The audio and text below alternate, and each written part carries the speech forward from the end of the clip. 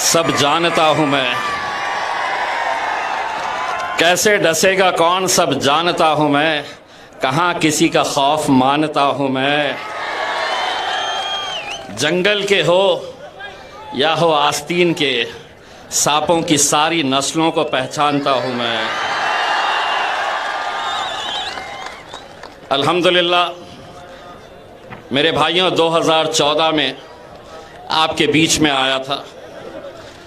आप लोगों ने अपने इत्तेहाद का मुजाहरा किया था और अल्हम्दुलिल्लाह यहाँ से 2014 में आपने मुझे आपके इस हलक़े से MLA बनाया। 2019 आया तो दोबारा आपके बीच में आया, आपसे फिर इत्तेहाद की दरख्वास्त की। नतीजा ये हुआ कि पूरे महाराष्ट्र ही नहीं बल्कि 7 मुख्तलिफ जो राज्य है वहाँ से सिर्फ एक ही मुस्लिम MP चुनकर आया। वो आपका बेटा, आपका भाई, आपका दोस्त इम्तियाज जलील चुनकर आया। 2014 में बोलते थे, आएगा ही नहीं। 2019 के अंदर वही चंडाल चौकड़ी जो अब आपकी महफिलों में आते हैं और कहते हैं कि कैसे जीतेगा, ये वही लोग हैं जो 14 में भी थे, 19 में भी है, 24 में भी है और इंशाअल्लाह 29 में भी आप लोग वही हिसाब किताब करते रह जाएंगे। इम्तियाज जलील वहां जरूर जाएगा इंशाअल्लाह। आपको आज भी हिसाब किताब दिखाया जा रहा होगा कि पहले ये थी तो जीत गए थे, अब फिर चौराहों पर, चबूतरों पर, होटलों पर या किसी के बंगले के ऊपर शीर खुरमे के बहाने आपको बुलाया जाएगा और आपको हिसाब किताब दिखाया जाएगा कि कैसे जीतेगा। मैं उनको एक बात कहता हूं, तुम्हें ज़मीन के ऊपर मेरा हिसाब किताब कर दो, लेकिन मेरा हिसाब तो मेरा रब वहां पर बैठ कर करता है अल्हम्दुलिल्लाह। वरना क्या वजह है कि आज जो भी साजिशें चल रही है, ये वही लोग हैं जो कहते थे कि आएगा ही नहीं। उनके बोलने का अंदाज आता क्या, कैसे आता, हिसाब किताब गिनती सब बताते रहते थे, लेकिन अल्हम्दुलिल्लाह आए। और आज जब ये इलेक्शन हो रहे तो आप एक साजिश तो अच्छी तरह से समझ चुके होंगे कि मुसलमानों का एक गठ है और एक गुट है जो कहता है कि नरेंद्र मोदी को हमें हराना है तो यहां पर शिवसेना को जिताना है। वाह, इम्तियाज जलील को हराना है यहां पर, मोदी को वहां पर गिराना है। तो 48 सीटें हैं महाराष्ट्र के अंदर। मैं आपको यकीन के साथ कहता हूं, अगर उन 48 में से 47 भी अगर ये जीत गए, जब वक्त आएगा नरेंद्र मोदी की आंखों में डालने का तो भीगी बिल्ली बनकर ये बैठे रहेंगे और वहां पर असदुद्दीन अवैसी, अख्तरुल ईमान साहब और इम्तियाज जलील नरेंद्र मोदी की आंखों में आंखें डालकर ललकारेगा।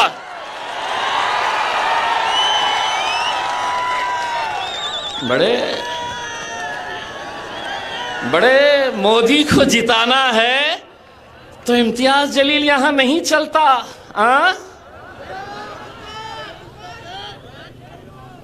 ये आपकी यही गुलामगिरी, यही चाटुगिरी, यही तलवे चाटने की वजह से आज इस मुल्क से आपकी क़यादत खत्म हो चुकी है। यही तलवे चाटने से कभी सोचा था किसी ने कि औरंगाबाद जैसे शहर से, जहां शिवसेना कहती थी कि यह हमारा गढ़ है, किसी ने तसव्वुर नहीं किया था, लेकिन यह आप लोगों का इत्तेहाद था जिसने यहां से शिवसेना को उखाड़ कर फेंका और मजलिस को यहां पर आपने अपना झंडा लहराया। अब तो कैसे कैसे आ गए हैं।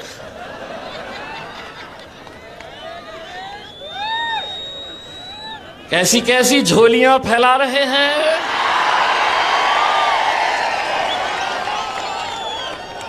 यहां पर भी भेजे गए थे, महफिल मेरी सस्ती है। एक सुन लो रे, तुमको क्या बोलते पता है? बेगानी शादी में जब मेरी महफिल सस्ती है आ जाते, बोले चलो दूल्हे बन जाएंगे करके। हर वक्त आप देख लीजिएगा, जब महफिल सजी कि ले लेते हैं 200-300 रुपये, चलिए आ जाइएगा करके। तुम झोली यहीं तक फैलाते रहो। कव्वाली सुने हो? भर द झोली मेरी या मोहम्मद, लौट कर मैं न जाऊंगा खाली। अरे मांगना है तो उससे मांगो रे, किसके सामने तलवे चाट रहे हो? उससे मांगो। और मैं आज भी ये कहता हूं, लोग मुझसे पूछते हैं, ये लोग बार बार पूछते हैं मेरे से, जीतते क्या, कैसा आते? बोले 2019 में आपको कितना भरोसा था कि आप जीतेंगे और 2024 में आपको कितना भरोसा है? तो मैं उनको ये कहता, 2019 के अंदर मुझे 100% यकीन था मैं जीतूंगा, लेकिन अब वो इंतजार करते मैं कुछ तो भी बोलूंगा करके। 2024 में 200% यकीन है कि 4 जून को हम हिंदुस्तान का सबसे बड़ा जश्न यहां पर मनाएंगे इंशाअल्लाह। और जश्न तो बेटा तेरे घर के सामने भी आके मनाऊंगा इंशाअल्लाह। यही प्यादे हैं, किसके वजह से चल रहे हैं? गाड़ी में पेट्रोल कौन डाल रहा है? सब जानते हैं बेटो, हम सब हिसाब निकाला जाएगा। हर इलेक्शन में ऐसे आते, कोई ना कोई तो आता है गिराते बोले मेरे को। उन्हें क्या मालूम, ये शहर में अब अल्हम्दुलिल्लाह ऐसी फिजा तैयार हो गई। एक रात पहले तक कुछ अलग सोचता है, सुबह जैसे ही फजर पढ़ के बाहर निकल, नक्को रे बाबा पतंग कोई मारो, अपनी पतंग है, अपनी पतंग को उड़ाओ। अल्हम्दुलिल्लाह मेरे भाइयों, आज क्या वजह है कि 10 ऐसे राज्य है जहां से एक भी मुसलमान को टिकट नहीं दिया गया, और ये आपके बीच आ रहे हैं और कहते हैं कि एकलौता एक उसको यहां पर गिराना है। अगर मैं गूंगा, मुक्का और बहरा रहता तो कोई दखल नहीं लेता, बोलता चलने दो। लेकिन उन्हें एक बात पता चली है कि पिछले 20 सालों से पार्लियामेंट के अंदर अकेला मेरे भाई बैरिस्टर असदुद्दीन अवैसी साहब अकेले मुकाबला करते थे। अब तकलीफ ये है कि ये आया है तो ये भी बहुत बोलता है भैया, और बोलता ही नहीं है। असद भाई जब बोलते हैं और वहां से भाजपा का, यहां से कांग्रेस का, वहां से राष्ट्रवादी का, यहां से शिवसेना का, जब असद साहब को टोकते हैं तो इम्तियाज जलील पीछे जाकर बैठता है और उनको क्या कहता है? अरे चल बैठ रे बैठ। सारी तकलीफ इसी बात की कि कैसे इकलौता एक हजम नहीं हो रहा तुमको। क्या वजह है? क्या वजह है तुम्हारी? उससे जो अच्छे हमारे कहां हैं वो? साहिब खान साहब जरा खड़े रहो, पतंग उड़ाओ।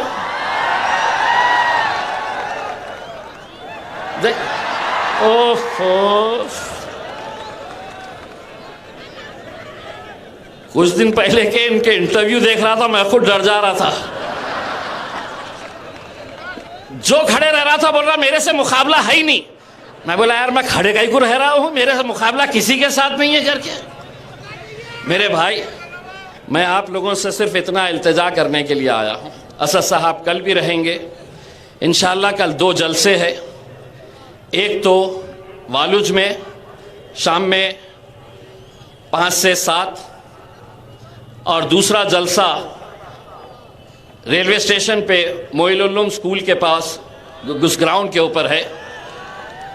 तो आप सभी से इल्तिजा है कि उस ग्राउंड के ऊपर आप दोनों जलसों में शरीक रहिएगा। आज चूँकि इतने ज़्यादा हमारे पास मेहमान थे, बहुत सारे मुखरिर थे, और मुझे मौका देना है मेरे क़ायद बैरिस्टर असदुद्दीन अवैसी साहब को, तो आज जहाँ पर छोड़कर जा रहा हूँ इंशाअल्लाह कल वहाँ से कंटिन्यू करूँगा। आज सिर्फ आधा ही हिसाब निकाला हूँ, कल पूरी बजा के जाऊँगा तुम्हारी इंशाअल्लाह। बहुत बहुत शुक्रिया।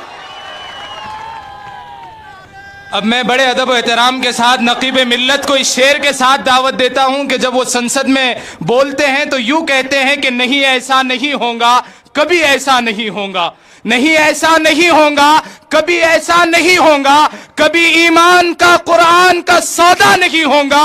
हमें तो कत्ल कर दो शौक से मंजूर है, लेकिन शरीयत के किसी मुद्दे पे समझौता नहीं होगा, शरीयत के किसी मुद्दे पे समझौता नहीं होगा। जोरदार नारे से इस्तकबाल करें अलहाज बैरिस्टर असदुद्दीन ओवैसी साहब। नारे तकबीर, नारे तकबीर।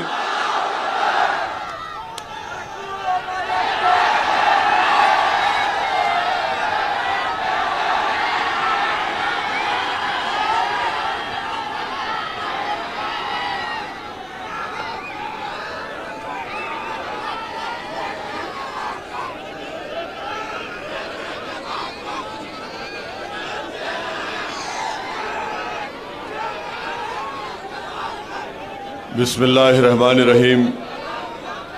अस्सलामु अलैकुम व रहमतुल्लाहि व बरकातहू। मोअज़्ज़िज़ हाज़रीन इकराम, बुज़ुर्गान कौम और मिल्लत, मेरी इज़्ज़तदार माँ और बहनों, गयूर नौजवान साथियों, शहनशीन पर तशरीफ़ फरमा मोहतरम जनाब इम्तियाज़ जलील साहब, रुकने पार्लिमान औरंगाबाद वो सदर महाराष्ट्र मजलिस इत्तेहादुल मुस्लिमीन, मोहतरम जनाब डॉक्टर गफ्फार क़ादरी साहब, वर्किंग प्रेसिडेंट मजलिस इत्तेहादुल मुस्लिमीन महाराष्ट्र, बिहार से तशरीफ़ लाए बिहार प्रदेश के मजलिस इत्तेहादुल मुस्लिमीन के सदर व रुकन असम्बली मोहतरम जनाब अख्तरुल ईमान साहब, इंजीनियर आफ्ताब साहब जो बिहार के मजलिस इत्तेहादुल मुस्लिमीन के मोतमद उमी है, मजलिस इत्तेहादुल मुस्लिमीन के औरंगाबाद के शहर ज़िले के शहर सदर, साबिक़ा अराकीन बल्दिया, सदर मोतमदीन और अरकान, मैं सबसे पहले आप तमाम का शुक्रिया अदा करता हूँ कि आपने अपना कीमती वक्त निकाल कर आज के इस मजलिस इत्तेहादुल मुस्लिमीन के इंतखाबी जलसे में शिरकत की।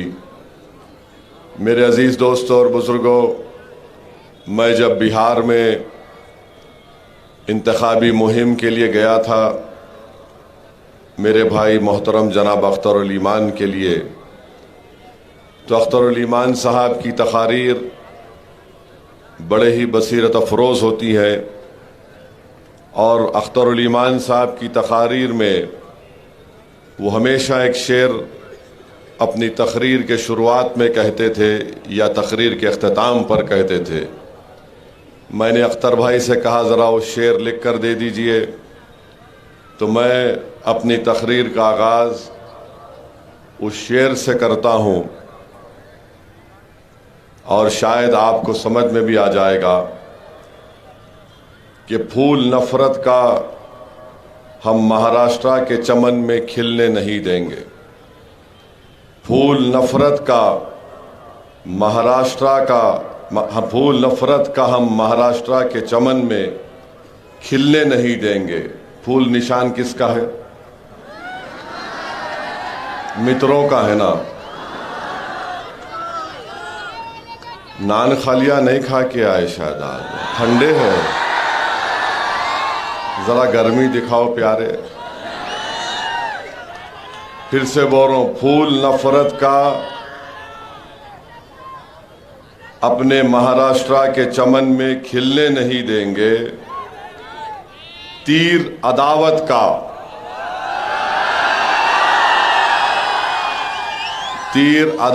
का और मशाल की आग का अपनी बस्तियों में चलने नहीं देंगे। औरंगाबाद के नौजवानों ने खाई है ये कसम,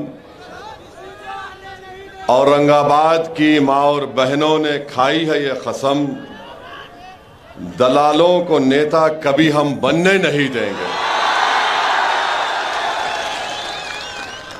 फिर से बोलूं, समझ गए? फूल का जिक्र हो गया, तीर का जिक्र हो गया, मशाल की आग का जिक्र हो गया, औरंगाबाद के गयूर नौजवानों का, इज्जतदार माँ और बहनों का जिक्र हो गया, और दलालों का भी जिक्र हो गया। तो चारों का जिक्र हो गया। तो मेरे अजीज दोस्तों और बुजुर्गों, आपने अभी इम्तियाज जलील साहब से सुना कि महाराष्ट्र के में 48 लोकसभा की सीटें हैं और 48 में से 2 शिवसेना, 2 राष्ट्रवादी, एक चिचा की, एक भतीजे की और एक आदि कांग्रेस, इन 48 में से इन्होंने किसी भी मुस्लिम अक़लियत को टिकट नहीं दिया। अब रहा सवाल नरेंद्र मोदी का, वो तो अब एक अजीब जबान में बात कर रहे हैं। तो 48 में से 2 राष्ट्रवादी चिचा भतीजे की, 2 शिवसेना, एक तीर अदावत का, एक मशाल जिसमें आग है, और आदि कांग्रेस, एक को भी नहीं दिए। और ये मैं नहीं कह रहा हूं, बल्कि उन्हीं के इंडिया अलायंस के लोग कह रहे हैं कि महाराष्ट्र में 1 करोड़ मुसलमान है और एक को भी टिकट नहीं दिए। ये बात आपको सोचना है, औरंगाबाद की आवाम को, कि जो पार्टी 48 में से 1 को टिकट नहीं दे सकती, वो किस बुनियाद पर औरंगाबाद को आकर कह रही है कि इम्तियाज जलील को हराओ।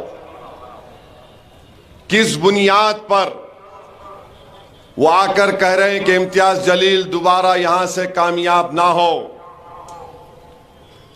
मैं आपके दरमियान में खड़े होकर कह रहा हूं कि 30 साल के एक लंबे अरसे के बाद आपका इत्तेहाद, आपका सियासी शऊर, आपकी मेहनत और आपकी इज्जत नफ्स ने, जो आपने मुत्तहदा अपने के कोर्ट का इस्तेमाल मजलिस इत्तेहादुल मुस्लिमीन के लिए इस्तेमाल किया, 30 साल के बाद इम्तियाज जलील कामयाब हुआ।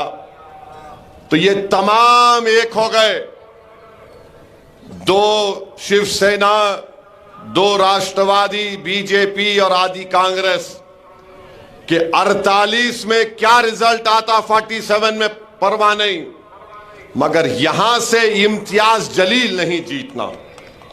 तो मालूम हुआ कि सबका एक ही मकसद है कि महाराष्ट्र के सब चुनाव एक तरफ, मगर औरंगाबाद से इम्तियाज जलील कामयाब ना हो। तो मेरी आपसे गुजारिश है कि जब दुश्मन और मुखालिफ ताकतें मुत्तहिद हो चुकी हैं कि आपको कामयाबी से रोका जाए, इम्तियाज जलील एक शख्सियत नहीं है, इम्तियाज जलील एक नाम है, मगर वो इम्तियाज जलील आप तमाम है। आपके हर घर में इम्तियाज जलील है, आपके सामने आपका बेटा इम्तियाज जलील है, आपके सामने हर वो शख्स जो नफरत को मिटाना चाहता है औरंगाबाद से, वो इम्तियाज जलील है। हर वो शख्स जो हिंदू मुस्लिम इत्तेहाद को मजबूत करना चाहता, वो इम्तियाज जलील है। जो दलितों को जुल्म से बचाना चाहता, वो इम्तियाज जलील है। जो दंगरों को उनका मुकाम दिलाना चाहता, वो इम्तियाज जलील है। जो मराठाओं को उनका इंसाफ दिलाना चाहता, वो इम्तियाज जलील है। बताओ, इन औरंगाबाद में इन सब को लेकर चलने वाले का अगर कोई नाम है तो इम्तियाज जलील है। और ये तमाम पार्टियां ये नहीं चाहती कि इम्तियाज जलील कामयाब हो जाए। तो मेरी आपसे गुजारिश है कि इस बार भी 13 मई के दिन आपको अपना एक एक वोट का सही इस्तेमाल करना है। पतंग के निशान पर बटन दबाना है, तीर अदावत का आग जो मशाल में है इनको शिकस्त देना है। और आपने जो तारीख बनाई थी उस तारीखी सफर को आपको जारी और सारी रखना है। और चौथी बात यह है कि ये जो शिवसेना का उम्मीदवार क्या कहता था, 30 साल 21 साल एमपी था, कहता था क्या खान या बान, हाँ खान या बान। आप लोग मुत्तहिद हुए ना, आप लोग, आप में इत्तेहाद है? जोर से बोलो, इत्तेहाद है? तो आपका इत्तेहाद जो कल तक खान बान बोलता था कि मैं हिंदुत्व का नेता हूं, पहली कामयाबी आपको ये मिल गई कि 30 साल में कभी ईदगाह क्या थी नहीं मालूम था, तुमने उसको मजबूर कर दिया ईदगाह पर बुलाकर। ईदगाह पर आया नहीं आया। अब आपका सियासी शऊर इतना बढ़ गया कि आप वो जान चुके कि अब औरंगाबाद की आवाम एक बार इत्तेहाद की ताकत को महसूस कर ली। अब वो इम्तियाज जलील को दोबारा कामयाब करेंगे। तो उसने क्या किया, उद्धव ठाकरे ने कहा तू अपनी जबान से बोल। क्या बोल? मस्जिद में जाकर जो नमाज पढ़ते उनका दिल अच्छा रहता। तो आपने कहा दिल तो इम्तियाज को दे चुके। तो उसने कहा कि जो लोग नमाज मस्जिद के पास आके पढ़ के फूंकते, बोला ना, पढ़ के फूंकते, खैरे मैं अभी यहां पे हिजबुल बहरतल कुर्सी पढ़ के फूंका हूं। माने आपका इत्तेहाद इतना ताकतवर है। मैं आपके सियासी शऊर को सलाम करता हूं कि जो खान बान कहता था, हिंदुत्व का नेता अपने आप को कहता था, जिसने 21 साल में कभी औरंगाबाद के दलितों के लिए, धंगरों के लिए, मराठाओं के लिए, मुस्लिम अकलियत के लिए, ईसाइयों के लिए, सिखों के लिए कोई काम नहीं किया, आज वो मजबूर है इसलिए कि खैरे जानता है उसका आखिरी इलेक्शन 2019 में हो गया। अब यहां से सिर्फ वापसी होने वाली है। और जो लोग ये बोल रहे हैं नहीं दिल्ली का इलेक्शन है, हम क्या गिल्ली डंडा खेल रहे थे 5 साल से? दिल्ली का इलेक्शन है। अरे दिल्ली का इलेक्शन में औरंगाबाद से जाना है दिल्ली को। क्या बताओ उद्धव ठाकरे, तुमने ट्रिपल तलाक के कानून की तायीद की नहीं? तायीद की? तुमने CAA कानून की तायीद की? तुमने UAPA कानून की तायीद की? और यूएपीए का कानून पूरी दुनिया का दहशतगर्दी का सबसे बदतरीन कानून उद्धव ठाकरे ने तायीद की। ट्रिपल तलाक का कानून शिवसेना ने, उद्धव ठाकरे ने तायीद की। और ऐसा कानून जो हमारे मुस्लिम महिलाओं के लिए नाइंसाफी का बाइस बन गया। CAA का कानून तायीद किए। किसने उस कानून को मोदी के 303 एमपीओ के सामने खड़े होकर कहा, ए मोदी, तेरा यह काला कानून हम उसको फाड़ते हैं, नहीं मानते हैं उसको। उद्धव ठाकरे ने तायीद की। अच्छा, खैरे बोलते मस्जिद की बड़ी तारीफ कर रहा खैरे, तो बोल खैरे, मैं पूरी आवाम की तरफ से बोल रहा हूं, 6 दिसंबर तूने गुनाह किया था या नहीं किया था? बोल बोल खैरे, बोलो उद्धव ठाकरे, बोलो आदित्य ठाकरे, बोलो शरद पवार, बोलो अजीत पवार, बोलो आदि कांग्रेस, बोलो नरेंद्र मोदी। मैं इम्तियाज जलील भारत की पार्लियामेंट में खड़े होकर असदुद्दीन अवैसी ने कहा था, बाबरी मस्जिद जिंदाबाद, बाबरी मस्जिद जिंदाबाद, बाबरी मस्जिद जिंदाबाद। ये फर्क है, ये फर्क है। बोलो, मस्जिद के पास आकर बोल रहे, पढ़ के फूकते, नमाज पढ़ लो। मेरे भाई, 5 साल में इतना हो गया, आइंदा क्या क्या हो सकता सोचो आप। आइंदा क्या क्या हो सकता है? क्या हो सकता है आइंदा? क्या पड़ेगा? क्या पड़ेगा? मैं नहीं बोल रहा हूं, तुम बोल रहे।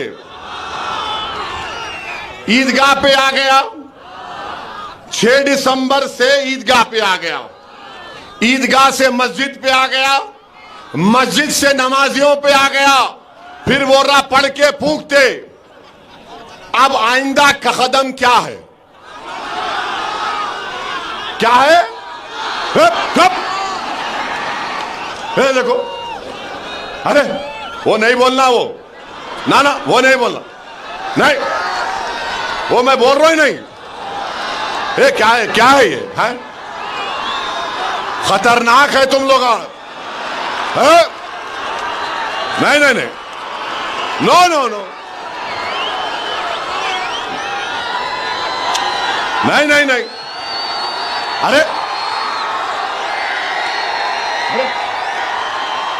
क्या कर रहे हैं भाई? अरे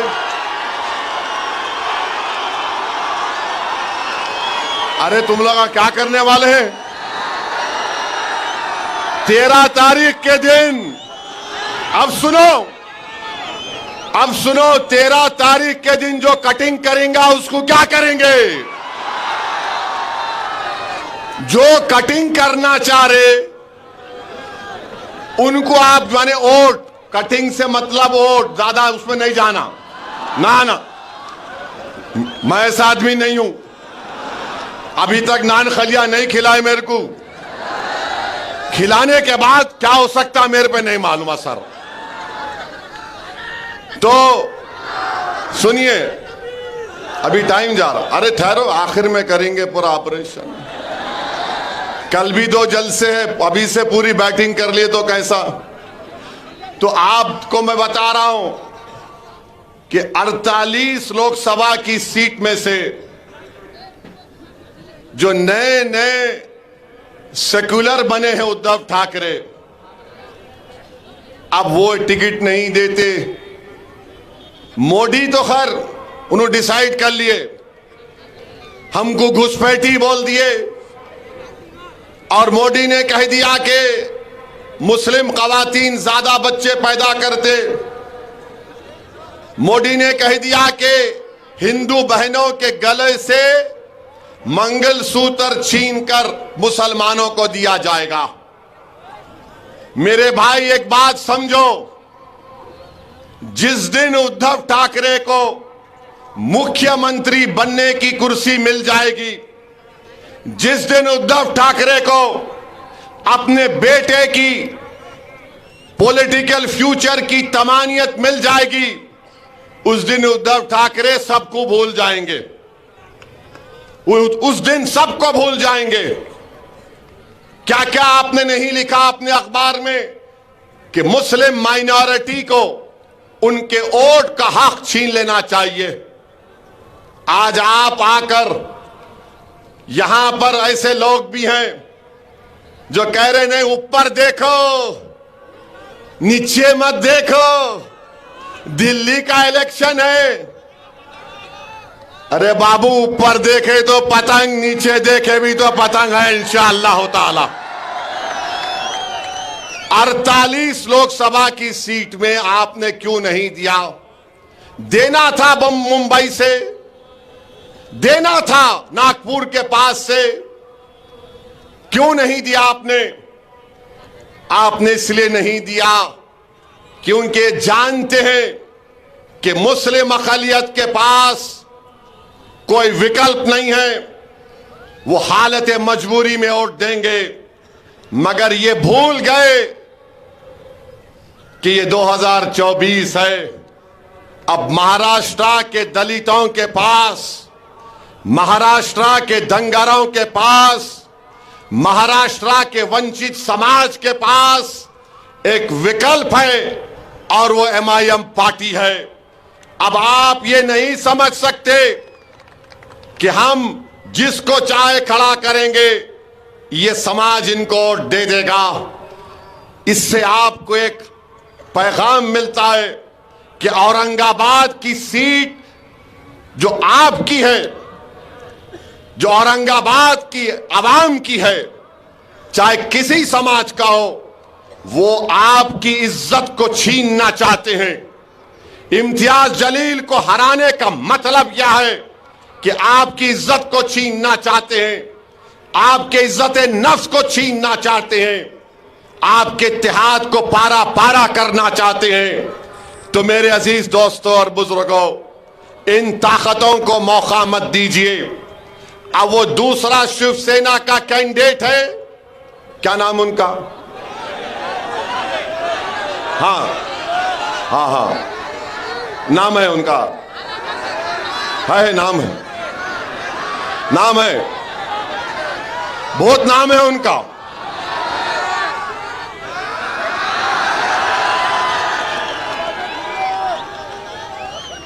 झूम रे भूम रे, झूम बराबर झूम। उन्होंने खुद जोक बनाते हैं उसके ऊपर। और मेरी नजर में मैं शराब को कुत्ते का पेशाब बोलता हूं। मेरा डेमोक्रेटिक राइट है मेरा। अब उन्होंने एक है, उन्होंने जोक बनाते उसके ऊपर। मेरे भाई, एक तरफ घूम रहे और झूम रहे, दूसरी तरफ खैरे, और एक बीच में एक शरीफुल नफ्स, एक मासूम चेहरा रखने वाला आपका खादिम इम्तियाज जलील। आप तीनों की तस्वीर को सामने रखो, बूमरे, खैरे और इम्तियाज जलील, और आपको पता चल जाएगा कि भाई इन दोनों को देखे तो डर लग रहा, इसको देखे तो अपना लग रहा। तो अपनों का साथ दो, देंगे ना आप लोग?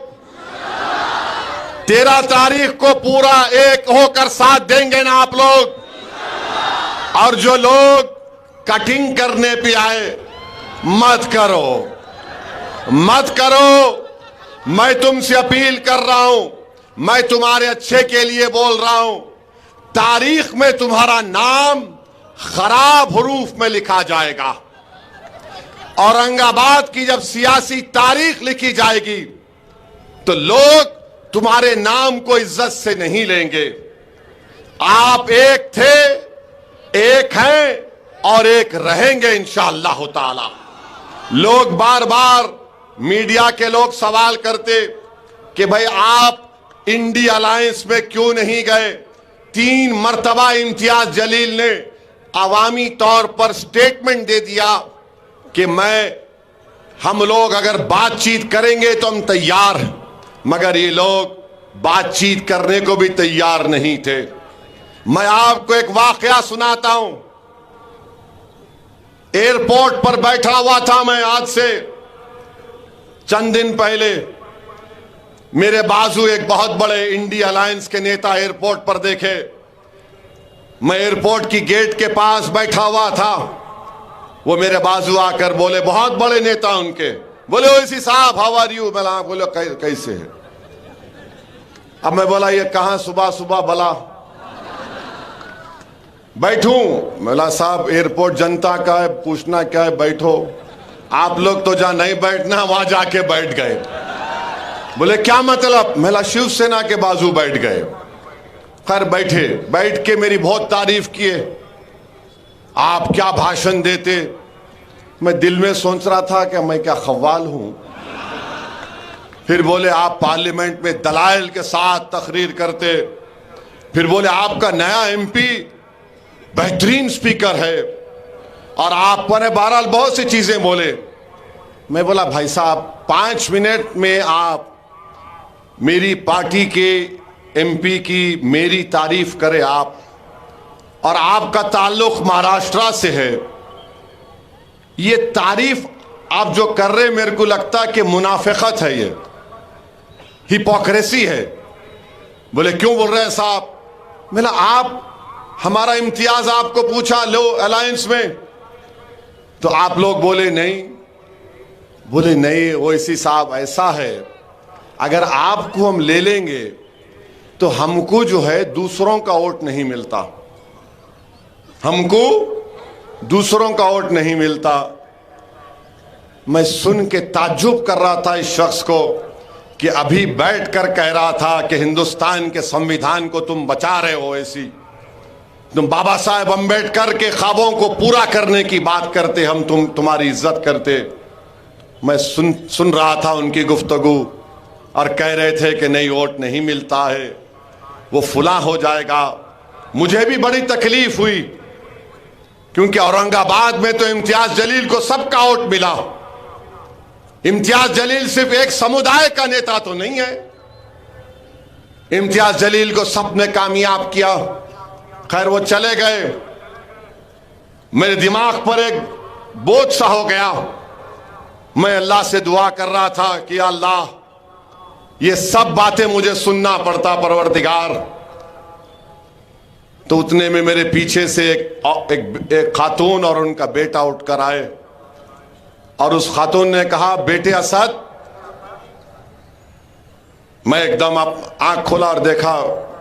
बोले बेटे असद मैं तुम्हारी इसकी बातें सुन रही थी और मुझे तकलीफ हुई इसकी बातें सुनने के बाद, मगर मेरे बेटे तुम सच्चाई पर हो और तुम यकीन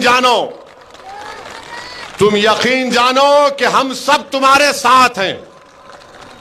इनकी बातों को लेकर तुम तकलीफ मत उठाओ, तुम जहनी बोझ का शिकार मत हो जाओ। मैंने अपने बेटे से कहा कि अगर मैं मर भी जाऊंगी तो तुम असदुद्दीन ओवैसी का साथ नहीं छोड़ना।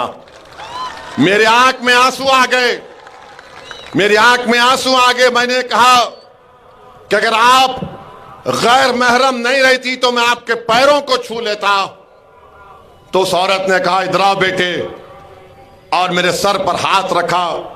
मेरे आंख से भी 2 कतरे आंसू के निकल गए, उस खातून की आंख से बेशुमार आंसू निकलते गए और बार बार मुझसे कहा। मैं इसकी गुफ्तगू सुन रही थी, मेरा कलेजे में दर्द हो रहा था कि मेरे बेटे को बाजू बिठाकर तारीफ भी करके आज वो कह रहे हैं कि तुमको करीब आने नहीं देंगे।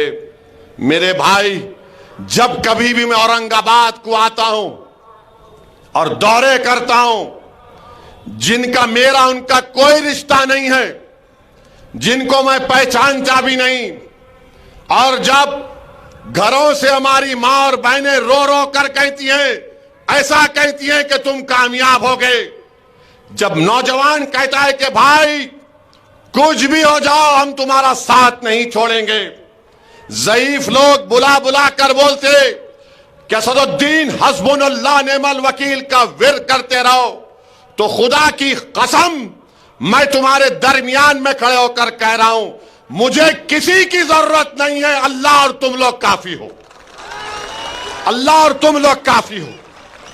ये क्या कर लूंगा इन लोगों के पास जाकर, शायद मुझे शोहरत मिल जाए या कोई मंत्री या पोस्ट मिल जाए, मुझे नहीं चाहिए मेरे भाई।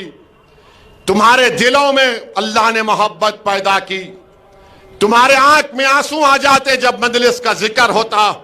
यही सबसे बड़ी दौलत है, यही सबसे बड़ी दौलत है, यही सबसे बड़ी नेमत है अल्लाह की। मैं फिर से कह रहा हूं तुम्हारे दरमियान में, मैंने अपने घर में भी कहा कि अगर मुझे मौत आ जाए तो मुझे औरंगाबाद के किसी कब्रिस्तान में ले जाकर दफना देना। मुझे औरंगाबाद की जमीन से इतनी मोहब्बत है। मैं जज्बात में लाने को नहीं कह रहा हूं, नहीं मालूम इस जमीन में क्या चीज है कि बहुत यहां पर एक रूहानी सुकून मिलता है। अल्लाह तुम्हारे इस जज्बे को सलामत रखे, डरने और घबराने की जरूरत नहीं है। अल्लाह हमारे साथ है, अल्लाह हमको कामयाब और कामरान करेगा। अरे ये लाख आ जाए, कोशिश कर लें, मुझे यकीन है कि मराठा लोग जो पार्लियामेंट में देख चुके इम्तियाज जलील को कि जिसने मराठाओं के आरक्षण की बात की, धनगर समाज के लोग ये जानते हैं कि इम्तियाज जलील ने बेलौस उनकी लाई और इंसाफ की बात की। दलित समाज के लोग जानते हैं कि पीठ खंजर में इंडिया अलायंस ने घोपा, बुलाकर डाइस पर जलसा कराकर उनका हाथ छोड़ दिया, मगर हम में इत्तेहाद नहीं हुआ, मगर हमने दलित पॉलिटिकल एम्पावरमेंट के लिए, बाबा साहेब अंबेडकर के ख्वाबों को पूरा करने के लिए, और बाबा साहेब अंबेडकर का जो एहसान हम पर है, हमने वहां से अकोला में तायीद का ऐलान किया, हमने आनंदराव अंबेडकर साहब की सीट पर तायीद का ऐलान किया। कोई कुछ भी कह ले, मगर हम हमेशा से ये बात कहते आ रहे हैं कि वंचित समाज को एक होना पड़ेगा, और वंचित समाज जब एक होगी तभी हकीकी मानों में इंसाफ मिलेगा। मोदी का भाषण तो तुमने सुना होगा, कामया वो लगा सकते, लगाओ जरा, लगाओ जल्दी, चाउश जल्दी लगाओ। सुनो मोदी ने क्या कहा, सुनो आप, सुनो मोदी ने क्या कहा, सुनो आप, क्योंकि जब मैं बोलना शुरू करा तो हमारे दुश्मना शुरू हो गए, इन्हों जज्बाती बात कर रहे, बहरे हैं पूरे, सुने नहीं आता सच्चाई इनको। लगाओ लगाओ। उनकी सरकार में उन्होंने कहा था, सुनो मित्रों, देश की संपत्ति पर पहला अधिकार मुसलमानों का है। इसका मतलब ये संपत्ति इकट्ठी करके किसको बांटेंगे? जिनके ज्यादा बच्चे हैं उनको बांटेंगे, घुसपैठियों को बांटेंगे। क्या आपकी मेहनत की कमाई का पैसा घुसपैठियों को दिया जाएगा? ये कांग्रेस का मैनिफेस्टो कह रहा है कि वो माता और बहनों का सोने का हिसाब करेंगे, उसकी जड़ती करेंगे, जानकारी लेंगे और फिर उस संपत्ति को बांट देंगे और उनको बांटेंगे जिनको मनमोहन सिंह जी की सरकार ने कहा था कि संपत्ति पर पहला अधिकार मुसलमानों का है। भाइयों बहनों, ये अर्बन नक्सल की सोच, मेरी माताओं बहनों, ये आपका मंगल सूत्र भी बचने नहीं देंगे, यहां तक जाएंगे मैं कहने में। और पहले जब उनकी सरकार थी उन्होंने कहा था कि देश की अब आप अंदाजा लगाइए, मुल्क का वजीर आजम है, 133 करोड़ जनता का वजीर आजम है, सुन तो लो, वो मालूम सुनो। तुम ला डबल मीनिंग निकालते हर बात का, डरा दिए मेरे को शुरू में। ये क्या है ये? तो सुनिए, एक मुल्क का वजीर आजम भारत की अल्पसंख्यक समाज को घुसपैठी कह रहा है। आप लोग घुसपैठी है? आप लोग घुसपैठी है? हमारी मां और बहनें, आप घुसपैठी है? अब जितने घुसपैठी नहीं, हाथ उठाओ। दीवार पे बैठने वाले भी उठाओ, दीवार नहीं गिरती, मैं हूं ना। वहां छत पे खड़े रहने वाले उठाओ, डाइस पे बैठने वाले उठाओ। आप लोग घुसपैठी है? हाथा नीचे। हमारी मां और बहनें ज्यादा बच्चे पैदा कर रहे नहीं, झूठ है। तो ये टोटल फर्टिलिटी रेट गिरा है। मुस्लिम बहनों का, बेटियों का TFR गिरा है। मोदी झूठ बोल रहे। अब एक और सवाल पूछूंगा, हाथा उठाना। क्या आपको पसंद है कि किसी हिंदू बहन के गले से मंगलसूत्र उतार कर अपने जेब में रखना? आपको पसंद है? उधर से बोलो, आपको पसंद है? ये मोदी बोल रहे हैं। और अब सुनो, अब सारा आज सुनो, आतो हौरे पे आतो ठहरो। अब आपको मालूम होगा कि 5 साल में हमारी मां और बहनें बैठी हुई हैं।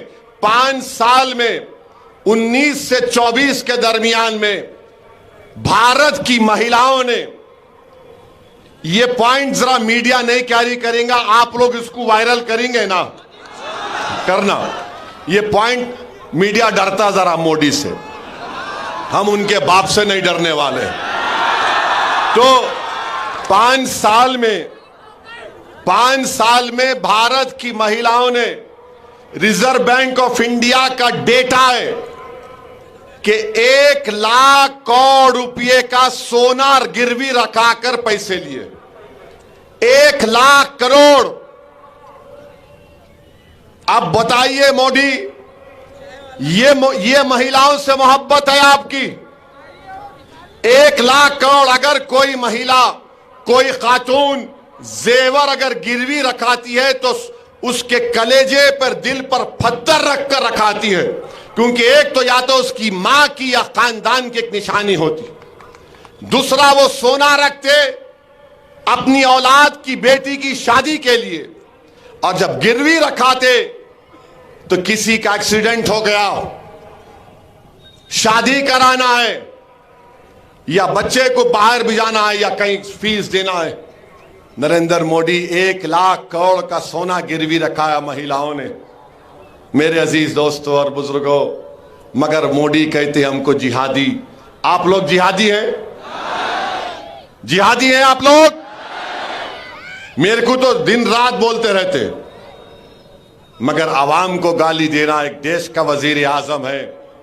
आप बताइए मेरे अजीज दोस्तों और बुजुर्गों, क्या मुल्क का हाल नरेंद्र मोदी कर दिए?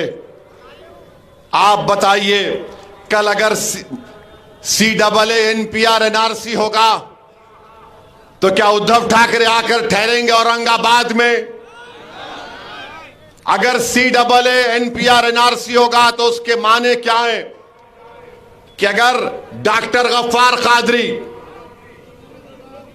हमारे इम्तियाज जलील और हमारा ये दलित नेता, भाऊ उठो, उधर आओ,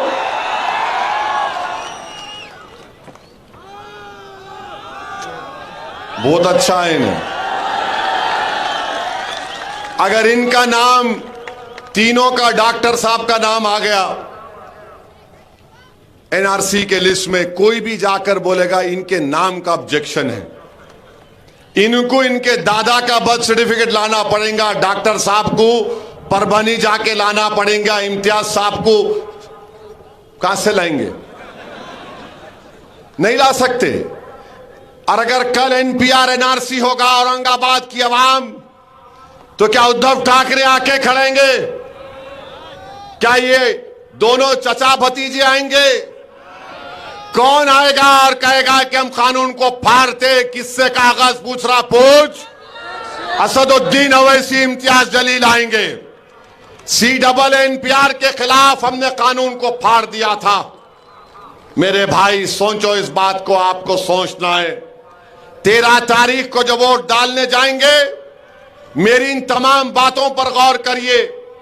और ये जो देशभक्ति की बात ये RSS के लोग करते हैं, ये देशभक्ति की बात ये दोनों शिवसेना वाले करते हैं। अरे बताओ, चीन 2000 स्क्वायर किलोमीटर पर कब्जा करके बैठा हुआ है। ना मोदी के मुंह से निकलता है चीन, ना RSS की जबान से निकलता है।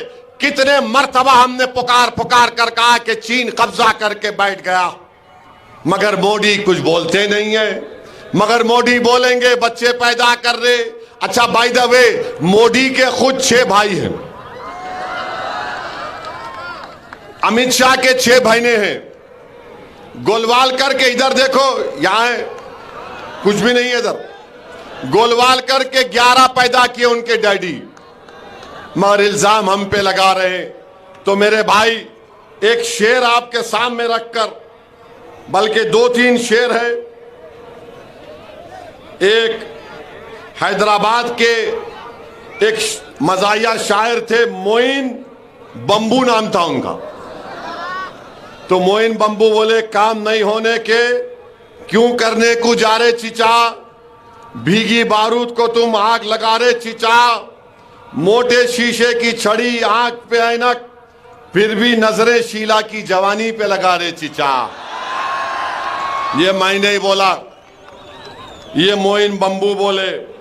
हाँ, एक बात अब ये सुनो आप, ये मजे का है बहुत, ये काफी हिट हो गया। ये एक हैदराबाद के, दखन के एक मजाहिया शायर थे, उनका नाम क्या था? नाम है हरी सिंह। अब समझ जाना किसको बोल रहा हूं मैं, मेरा साथ देना। अम्मा बाबा को भूल गया हो रे,